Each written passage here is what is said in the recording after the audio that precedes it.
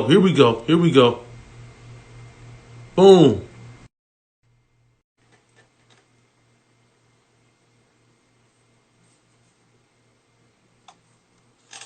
Mr. Hutton, how are you? My guy, how you living? I'm good, man. I'm blessed. How about yourself, man? How's everything Man, going with you? everything smooth. My bad, man. I thought it was 8 o'clock our time. I didn't No, I'm sorry, man. I'm sorry about that. Yeah, no, it's 8 o'clock East Coast time, and I keep forgetting you on that West Coast time. So I yes know how sir. it is. It's all Yes good. sir. It's all good. So how's everything going with you, man? Oh man, I'm good, man. Just working, maintaining, dealing with all That's this what's up. nonsense like everybody else. That's what's up. That's what's up, man. I know I ask everybody that comes on the show. My first question is as far as because I see we're on the downside of it seems like we're on the downside of everything that's going on. Everything's kind of flattening out right now. But what have you been doing to kind of keep yourself occupied while you on this lockdown, man? What some of the things you've been doing? For me, it's like I really don't consider this a lockdown, for the simple fact, I'm locked down all the time anyway. You know what I'm Got saying? you. Got you. So it really wasn't too much of a change for me, except for certain events being canceled. I pass on a lot of events and Okay. different things. So my life is either studio or development, what I'm saying, on set, what I'm saying. So I really don't have too much social anyway. So that's Got very far and few in between for me got you. anyway. Got So it's like it's my thing is just I like the fact that I've had less distractions because I'm not obligated to go to certain dinners and you. Right. certain Right. Right. certain functions and stuff like that. So I get to just really not have to answer the social call. I could just, Yeah. what I'm saying, really, really grind out and work. So I've just been taking advantage of my time, man, coming up with new ideas, adding different things to the slate, Hmm. different development ideas and stuff like that. So I just been working and grinding it out. That's what's up, man. That's what's up. Now you grew up in Chicago, which is not too far away from where I grew up. You guys are a couple hours away from Detroit, so I know a little bit about Chi-Town, but just tell the people, man, like growing up in Chicago, how was it for you growing up in the Chi-Town, man? Because a lot of people have different. I know a lot of people from Chicago, and I get a lot of different stories about Chi-Town and how it is from different sides of town. What side of town did you grow up on, and how was it for you growing up in Chi-Town, man? I explain to people, man, Chicago, it goes up, it don't go out. You know what I'm saying? So Uh huh. everything is pretty much close to one another. So Yeah. when you say you're from Chicago, you pretty much from all over. Okay. My Okay. story goes as I'm from wherever Section 8 was that year. You know what I'm saying? So That sounds so I, familiar. I got you. right. So I was a traveler. You know what I'm saying? I lived on um, the South Side. I lived on 113th in Indiana. Okay. Lived on 87th in Yates. Hmm. We moved out south to the south suburbs to Chicago Heights Uh and huh. another place called East Heights. Okay. I lived in Harvey. I lived on the west side for a stint. Uh huh. Um, man, everywhere, man. I was all over, but primarily south side of Chicago and Okay. South side. and Chicago Heights.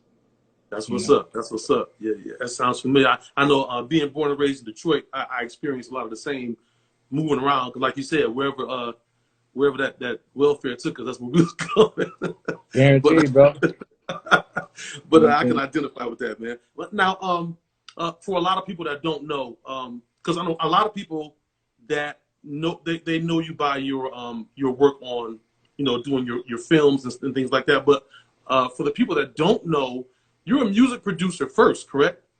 Yep, one hundred Okay, percent. so and Right. now what was the let me ask you, like, as far as being a producer, as far as just making music or just being a producer in all, growing up, who were some of your influences, like production wise or music wise? Who influenced you, man? Oh man, that's that question right there is a loaded one. But The loaded one.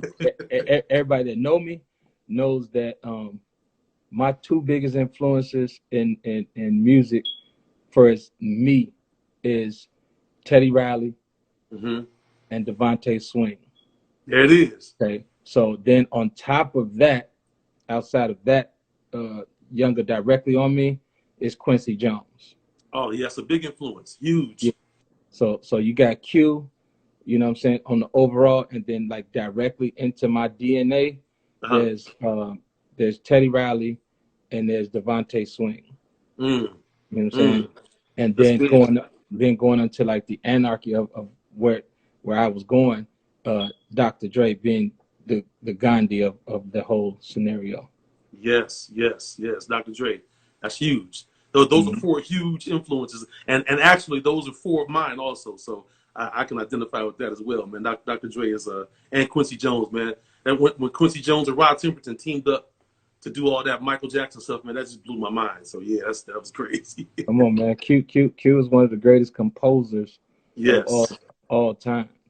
You know what I'm absolutely. saying? Yes, he is. Yes, he is. Now, as far as getting off into the production, um, what was your first? Because you work with. Let me just read off a couple of artists that you work with that I know of.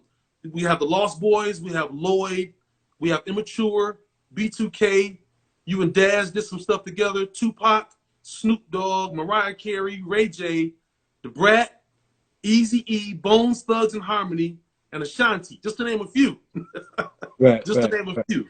So that's a list amongst lists. But like, what was your first major placement that you got? Was it one of these that I just read off, or was it someone else? No, it was I signed to Death Row. Well, I signed to the Dog Pound through Snoop, right? Okay, And being on Death Row Records, gave me the access to do all of those projects. So okay, my first big record with my name on it was a song called "Beware of My Crew," okay, and that was Snoop and the LBC crew. okay. It was featured in the Thin Line Between Love and Hate soundtrack. Okay, The okay, yeah, somebody somewhere best beware of yeah. my Oh crew. yeah, yeah. Boom, Okay, boom, yeah. boom, boom, Good boom. stuff. Yeah. So I actually That was actually in the scene in the movie, wasn't it? Was it? yes. So like Yeah, my first yeah. placement was the actual single and video and in the movie. So I kind of got a whole gamut of credit in one in my first actual joint coming out of my first official big placement. That's big, man. That's because Now, we that normally don't happen.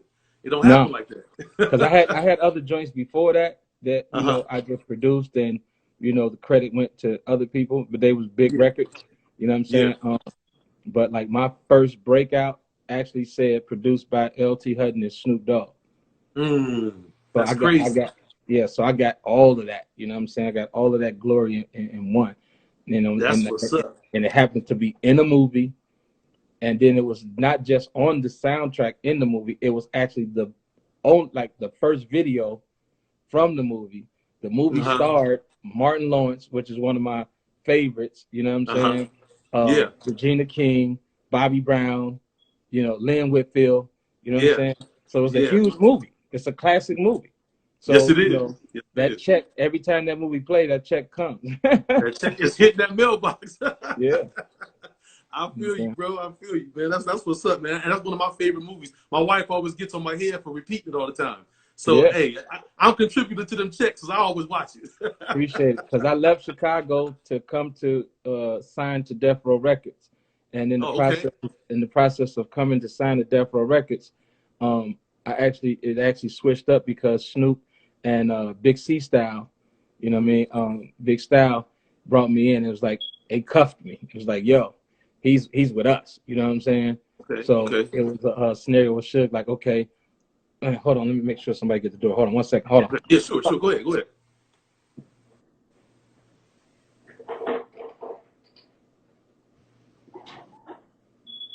Can somebody get the door?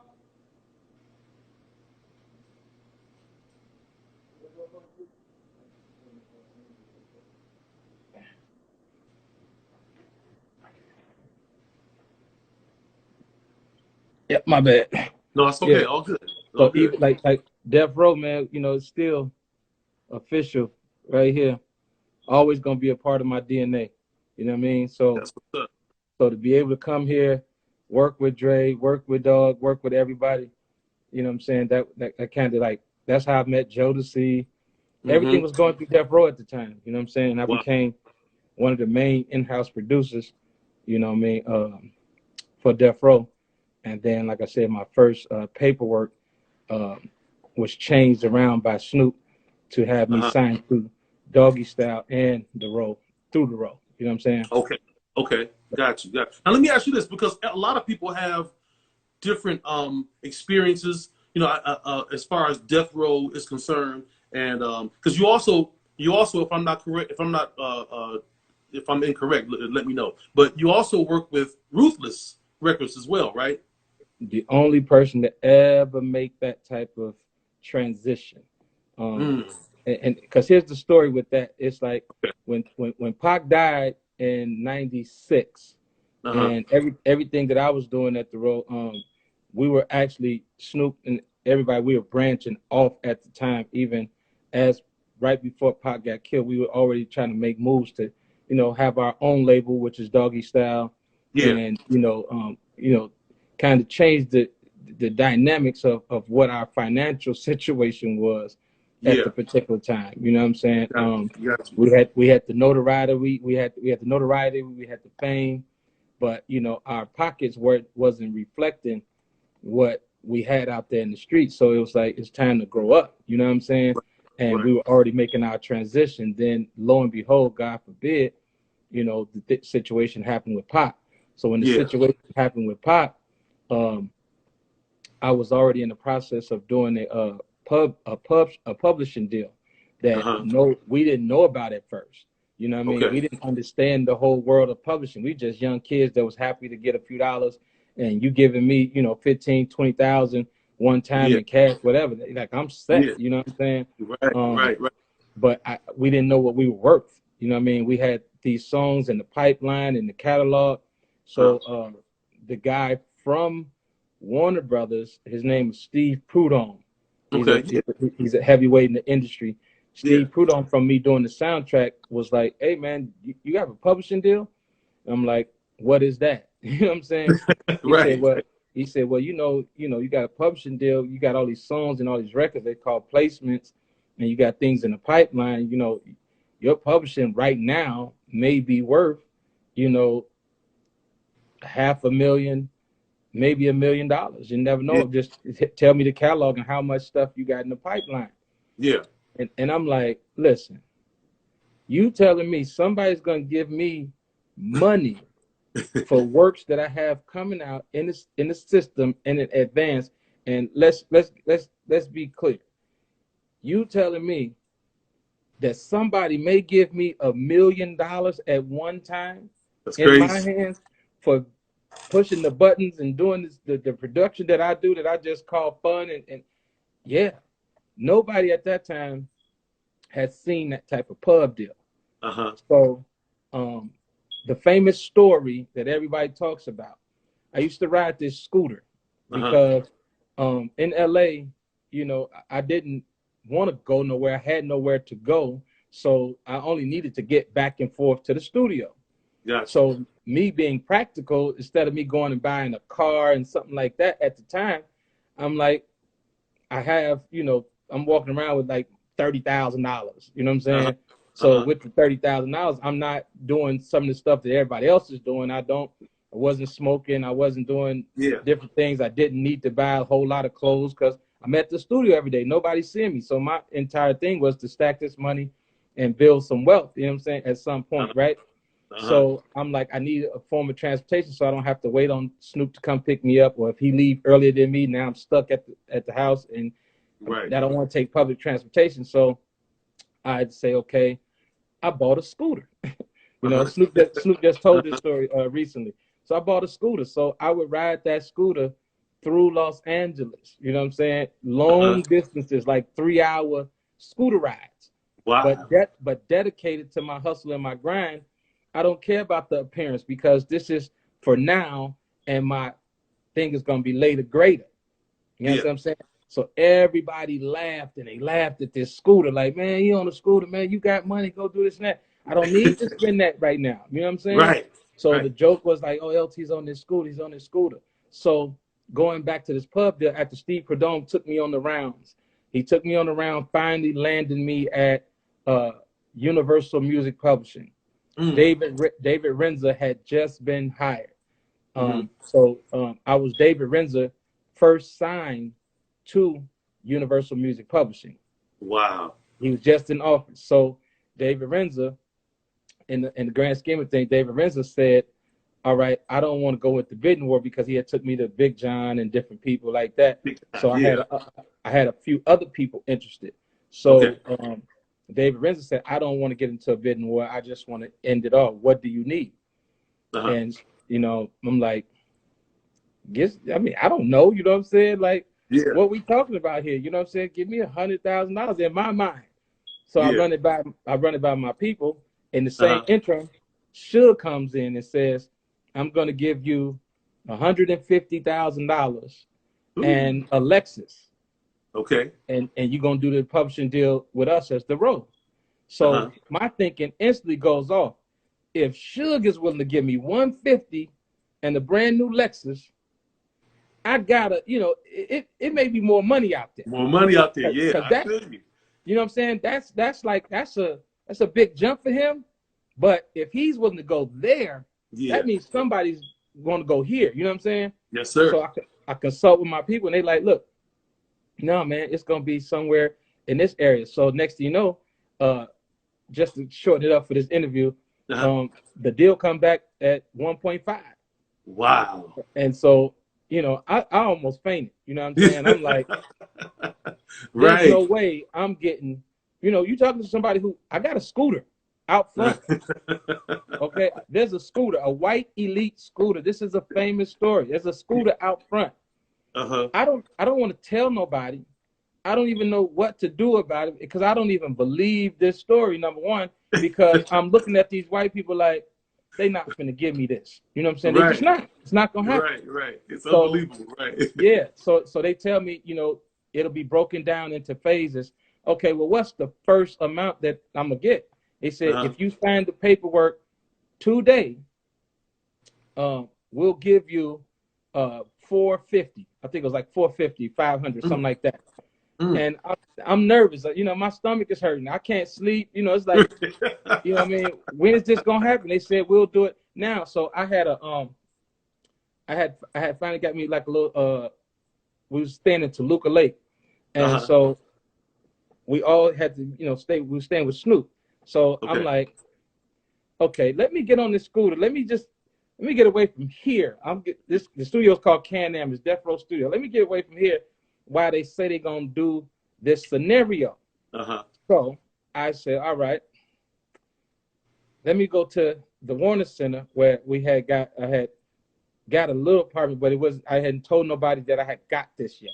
So I was still staying at Dog's house, and because this wasn't furnished, it was just a Warner Center apartment, loft joint, cool, nothing in it. Yeah.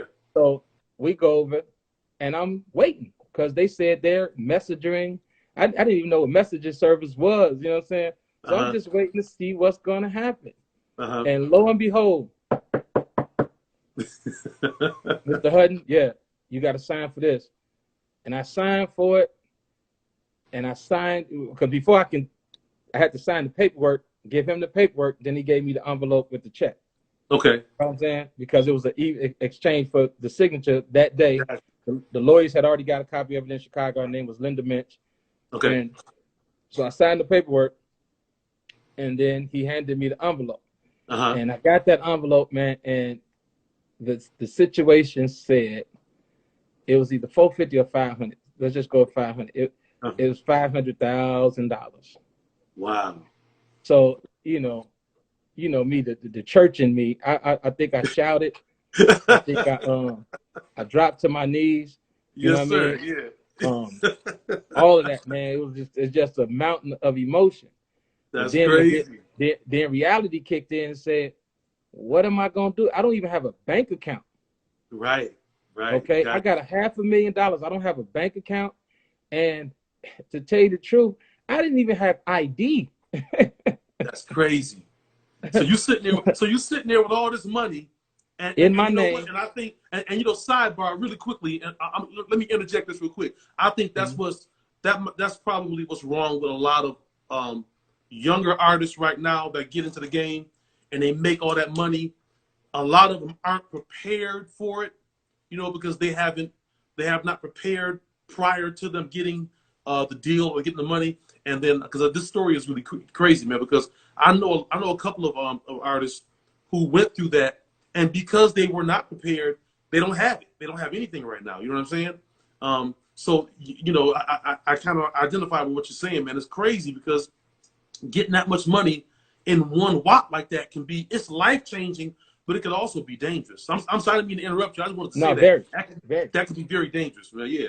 So thank God, once again, going back to Steve Prudhomme, he had his business manager, and he connected. He said, I want you to meet a business manager. I said, Steve, I got the check from Universal. I don't have ID. I can't put it in the bank. Like it's really a piece of paper right now. Yeah. And he said, I want to introduce you to a business manager who's really good. And I said, well, no disrespect to the other people. I said, I want black people on my squad.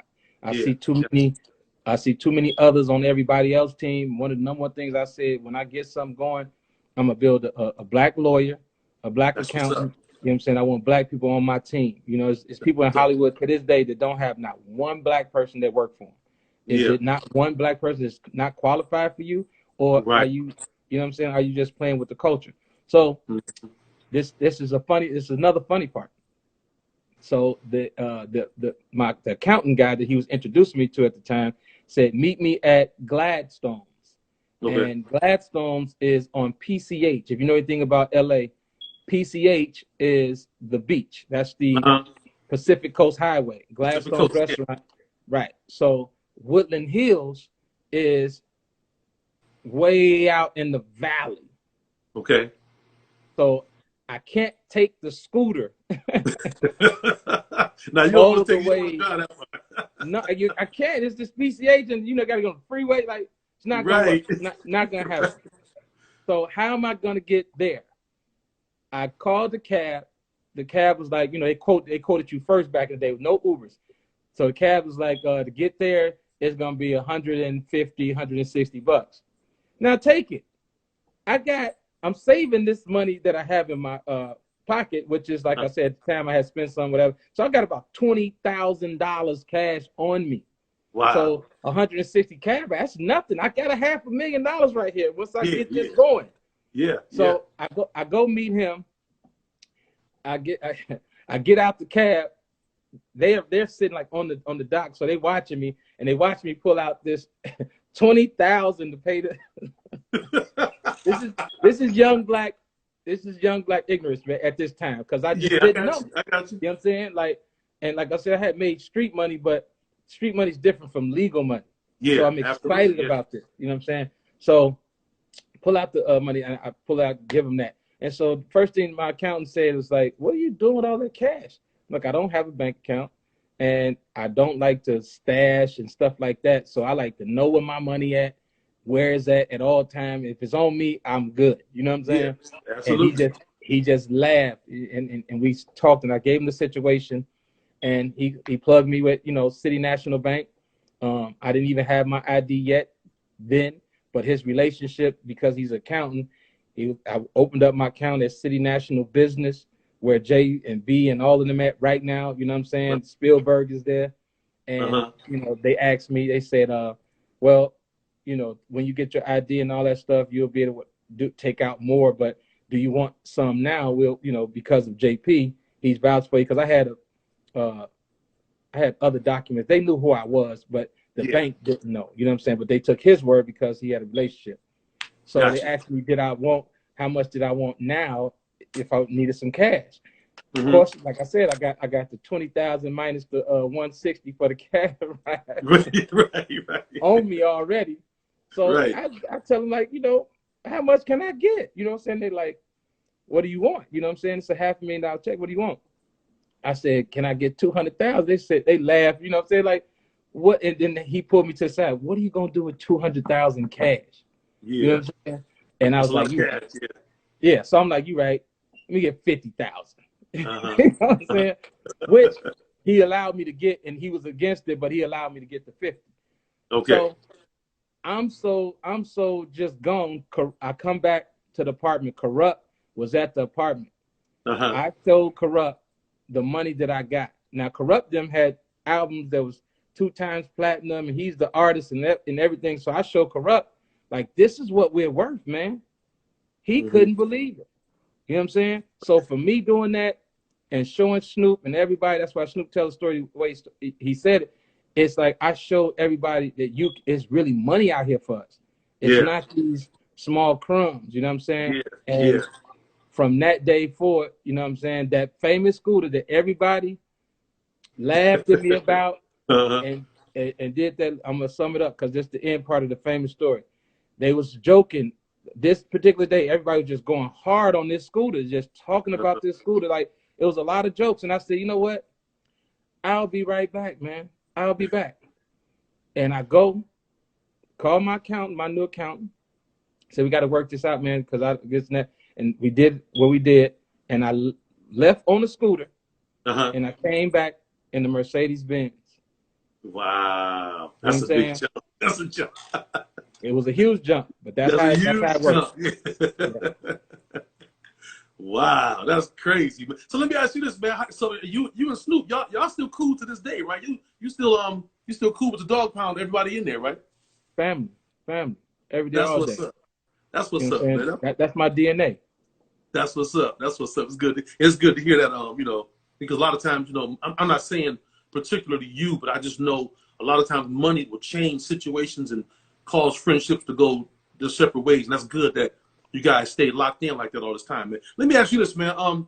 Skipping a little more forward.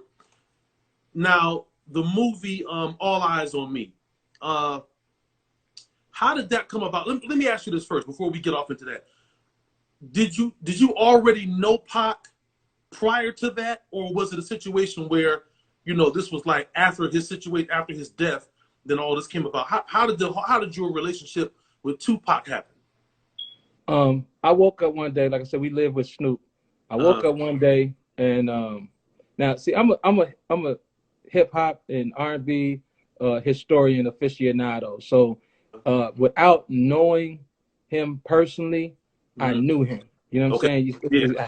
How you don't know Pac? You watch his movies, you listen to his Right. music, all Right. that. So I had no relationship with him. So like I said, even like with Jodeci, I didn't know them until I came to California and met them. Then we became Mm-hmm. peers. You know what I'm saying? So Yeah. how I met Pac was woke up one morning and somebody was in the kitchen cooking breakfast, and I Okay. walk in the kitchen and this guy with flour on his face, and he just making a mess of the kitchen. You know what Uh-huh. I'm saying? Because I'm not off the top, like, you know what I'm saying? I'm just like, who is that? I'm looking at from the back, whatever. Then he turned Yeah. around, it's Pac in the kitchen Wow. at Snoop's house. Wow. So that was my first time ever meeting him in the physical, was at Snoop's house.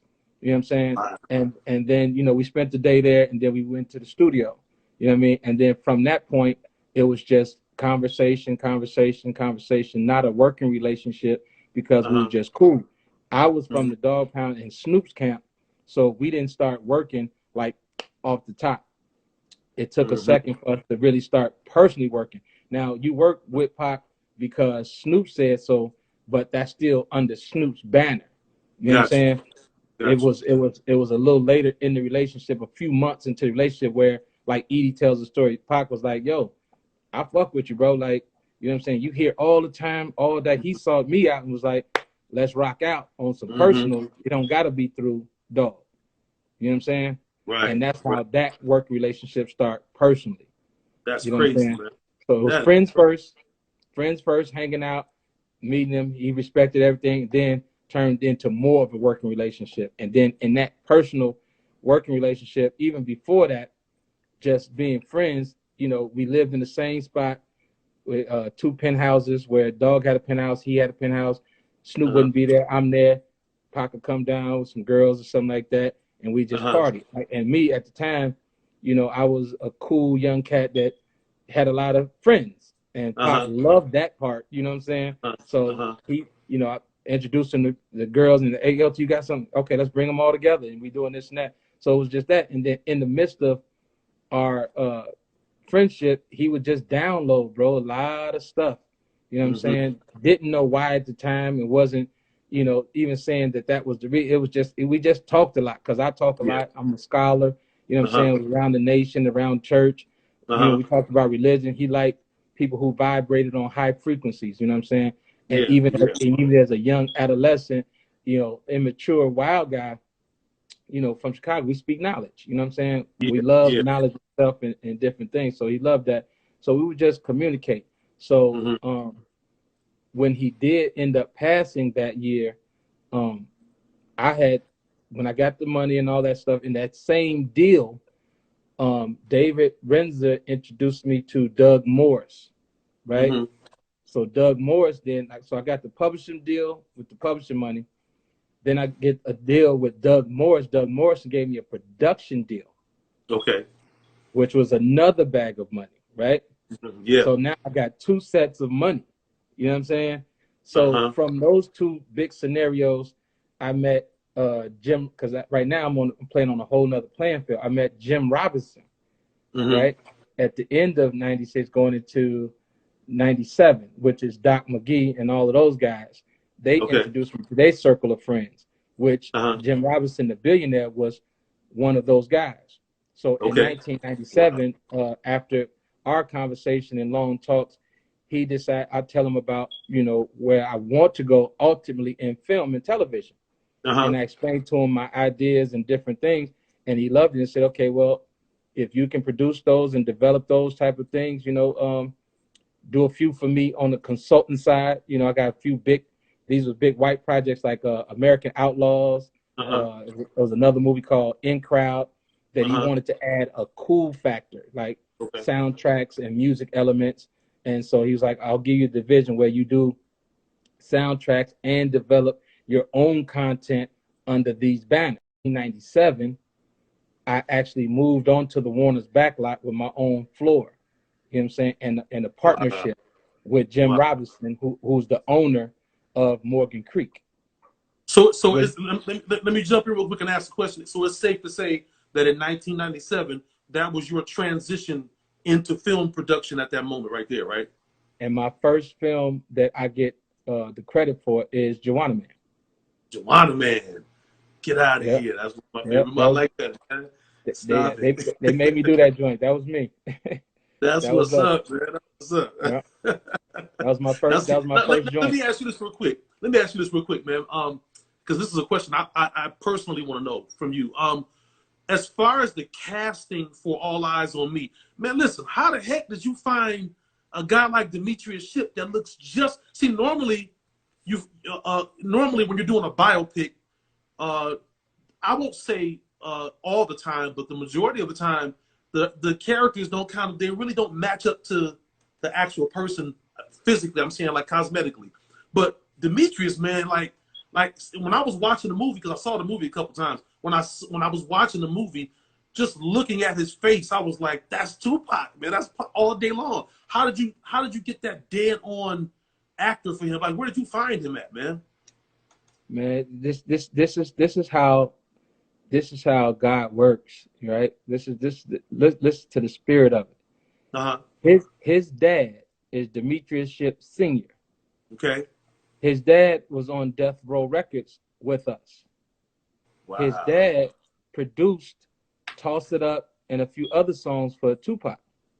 Nah, are you serious? so Little Meech that turned out to play Pac was in the spirit, because he had to be like 3 or 4 running around the studio type scenario. You know what I'm saying? Baby. Never knowing, like, his dad produced Tupac, for real. His dad, he was around us. His dad produced Pac. His dad did Above the Rim soundtrack and different things for Pac. So his son ends up playing Tupac.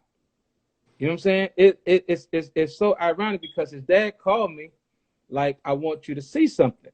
And his dad was like, I was on the search, you know what I'm saying, for Tupac.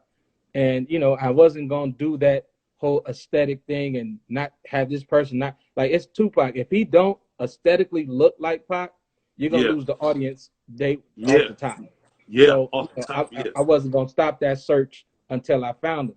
And crazy as it seems, man, when he called me and said, I want you to see something, I didn't even know what he was talking about. I just thought he was just coming to see me. And lo and behold, man, my assistant came in that day and said, Tupac is in the lobby. And I'm like, hey, yo, man, go on somewhere. You know what I'm saying? Y'all play too much. I don't have time today. Right. I'm trying to find, I'm trying to cast Tupac. I'm arguing with everybody because they wanted all these known actors to play Pac, but they just weren't Pac. Yeah. And I'm frustrated.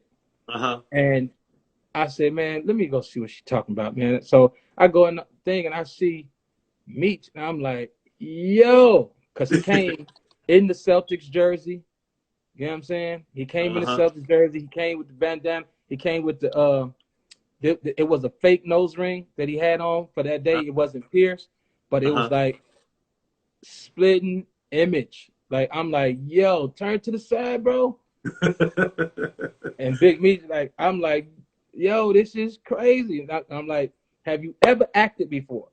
And I said, you know what? It don't matter, because as I start talking to Lil Meech, his mannerisms and everything, he had practice, I guess, but his mannerisms and everything and everything about him, his eyelashes didn't need to be extended. Yeah. They were just long like Pac's was. You know what I'm saying? Yeah. And it was like the laugh and everything was just dead on, bro. I couldn't. He's spitting image, man. And you know what? Let me tell you this too. As you're talking, when you said Meech, that just rung a bell with me, man. Because I'm gonna tell you something funny, and I think he's on here right now. But my brother from Compton, man, his name is DB. He had been telling me about Meech for years, forever.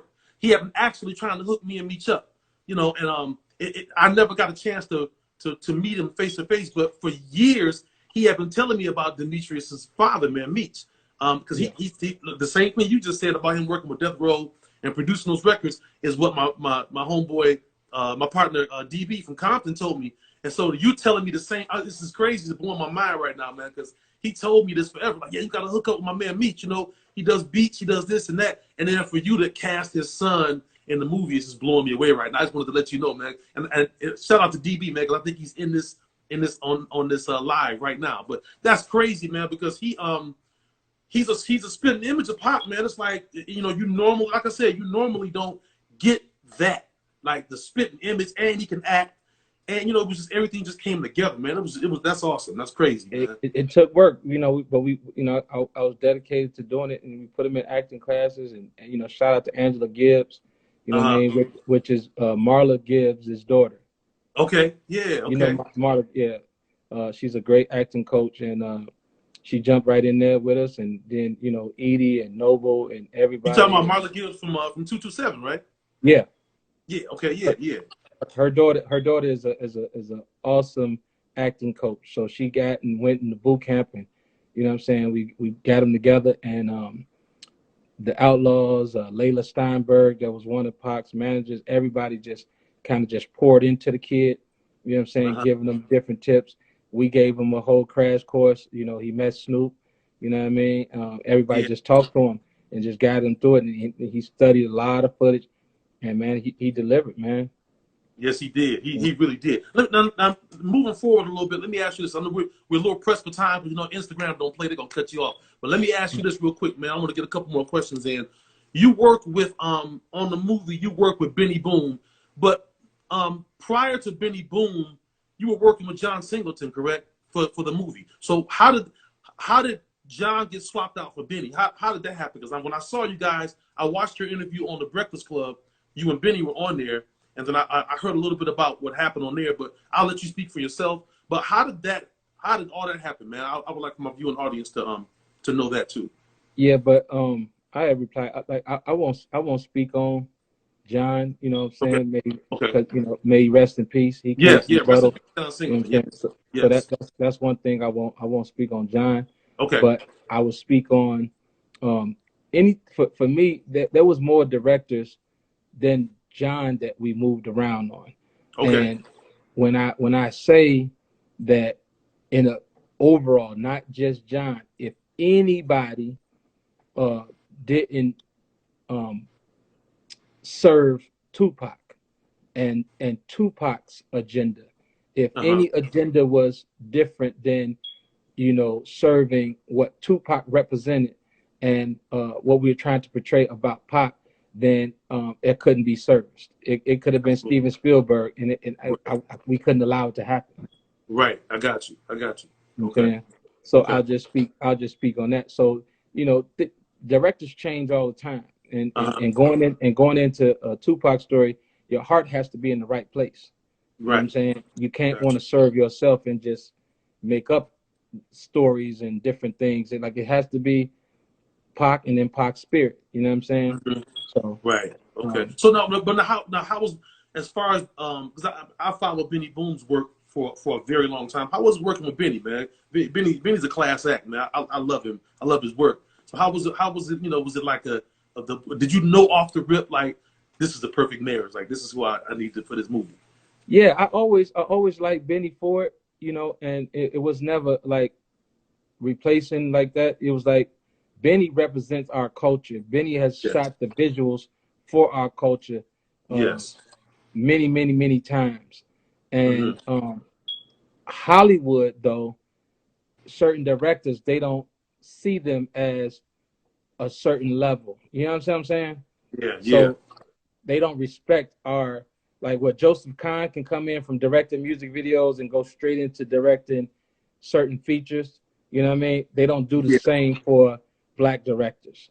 Yeah, gotcha. You know what I'm saying? So there was a fight to get them to understand why Benny fit this movie of the culture and why he represents and why I know he could deliver and do these type of things that we needed him to do in this particular sense.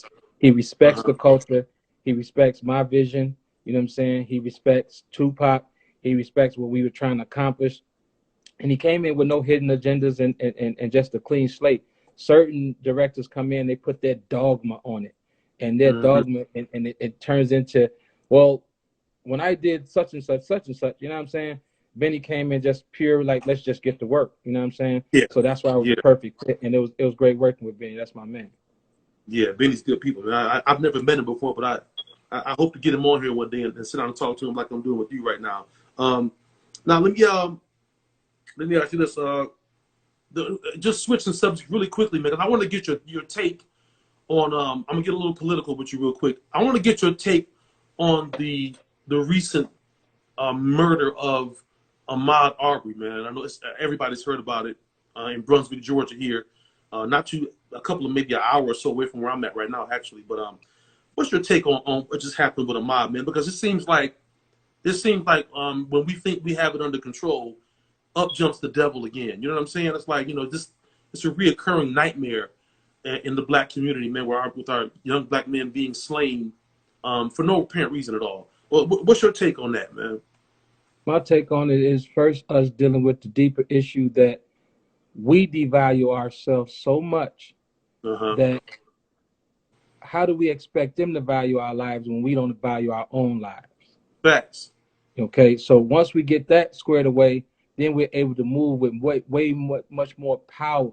The fact that in Chicago alone the other week, it was 48 shootings within the weekend's time. All right. So we go so hard, and we have to go hard on them killing us, but we also have to stop killing us. Killing ourselves, exactly. I agree with Black Lives Matter has to matter to Black people also. That's right. You know what I mean? Right. And so when we fight and feud, and my biggest pet peeve is we'll jump on each other so quickly. Even going to the movie, let's keep on that thing in the movie. I didn't deal with white people hating on me. I dealt with Black people jumping out there that they sent. You know what I'm saying? They had no reason. We get maybe 2 films a year. You can go see Aquaman to come out, and Aquaman was complete trash. But nobody sat there and just, oh, Aquaman is this. They didn't represent this. Aquaman didn't have this. You know what I'm saying? It's like, oh, listen. Yeah. Everybody's not going to be pleased with everything. That's right. You got 2 hours and 19 minutes to tell a story. You want to know more and you want more? Okay, go do the research and go do everything else that you want to do. But the general basis and other things and hidden gems that you like, it was covered. Everybody, it's like when people say, oh, the movie could have been better. The movie could have been different 75 different stories. I could have made a whole movie on one day of Tupac's life. Right, right. You know what I'm saying? But that would have been a disrespect to the novice or the people who don't know. So we Right. started at the beginning and got to the end, which is like LA Times said, which is a great achievement. Now, Yeah. I can't give you a whole meal for everything that you probably wanted. I had to get everybody a little bit of something. So at a wedding, you usually serve chicken and fish. You know what I'm saying? Chicken, That's it, fish, and salad. So you don't go beef because a lot of people don't eat beef or pork. So the safest bet, you give them chicken, fish, and salad. 9 times out of 10, you're gonna get 98% of the room will be happy with that. That's You know it. what I'm saying? So you have to make those type of choices. So going into the scenario with this young brother who lost his life, we have to change the mentality of what the perception of us is. And how you do that is we don't think about the definition of perception. The greatest definition of perception is visual. He who controls the visual controls the perception. Who is in control of the visual? You got to think about that. They see us how they want to see us. Yeah, that's right. Because they control the visual and how they see us. That's it. So if they tell you that this young brother, like just going with him going into the construction site. I built my house from the ground up, right? There was neighbors that lived in the community. My neighbor, they would walk through to see this big house getting built. They were just curious. I could have called trespassing. If I would have shot one of them for being in my house and then running out when I came, then I would definitely been arrested that day and probably charged with the death penalty. Believe it. Believe that. Because they turn our victims into the assailants. Yeah. You know what I'm saying? He's a victim. Yes, he is. You know what I'm saying? He's a straight up victim. How can you turn him into anything other? They turned a young kid with Skittles and an iced tea into the assailant. Yes, yeah. He was a victim. They do it every time. They do that every time. They make it seem like like we're the aggressor. You know what I'm saying? And because that's the imagery that they put out there. There's nothing to answer that outside of us turning on the news, seeing us killing each other, seeing us gangbang on each other, seeing us on Instagram battling each other. Like all these rappers, we beef with each other, right? Nobody's calling Jimmy Iovine out. Nope. You don't say nothing to Jimmy Iovine. Nope. Not a word. He's not in none of the beefs. You don't see anybody saying, hey, Doug Morris is this and that. You know what I'm saying? I'm on Doug. But let it be one black person. They go straight at him, and they're going to go at him with the vengeance of God. We're so quick. We're poisoned. Our minds are so poisoned that we attack each other. That's true. That's quickly. True. You know what I'm saying? How do you expect them not to attack us so quickly if we attack ourselves so quickly? That's facts. I want to jump real quick. One more question for you, man, because we got 2 more minutes. But I appreciate that answer, man, because that needed to be said and it needed to be heard. And I'm glad you approached it like that. And I'm glad that you said it like that because that needed to be said, man. But let me ask you this real quick. Just in the near future, closing out, what is coming up for you? What's your next move? What's LT Hutton's next move for the people, man? My number one thing is like I said, he who controls the visual. I created like our Netflix, you know what I mean? It's like Hulu, Netflix. So I have my own network now called the Program Pictures.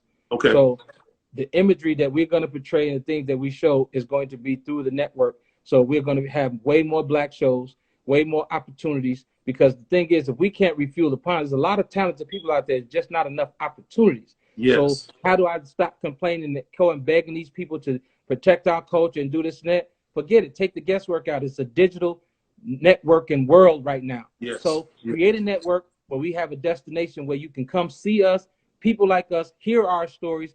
They got 50 stories about Saddam Hussein, 50 stories about Al Capone. We can't tell the great Detroit stories without them saying some nonsense. They're cautionary tales too. That's right. You know what I'm saying? That's right. So that's right. You know what I mean? I wanted to take that out, and so my next big move is creating that platform for us to have a destination where we can actually take material and see material. It's called the Program Pitch, and that network is fire, and it's coming. It's going to launch very soon. That's what's up, man. Listen, we got 45 seconds. I want to take that time to tell you thank you for coming on here, man. I appreciate your Shout time. out I to know you're a Tasha busy Page. man. You didn't have to do this, but I appreciate it, man. And hopefully I can get you back on here and we can chop it up some more at a later date, man. I really enjoyed my time with you, brother. Man, shout out to Tasha Page Lockhart, you know what I'm saying? Also, Tasha Page. you know what I'm saying? That's Putting right. everything together, you know what I'm saying? So always love, brother. Next time, you know, just set us aside for an hour and a half because we got deep Yeah. things to get into, man. You know what I'm saying? Yes. I'm definitely going to have you back on here, man, but I appreciate you, brother. Hey, always love. Okay. All right. Appreciate you. Yes, sir. Everybody out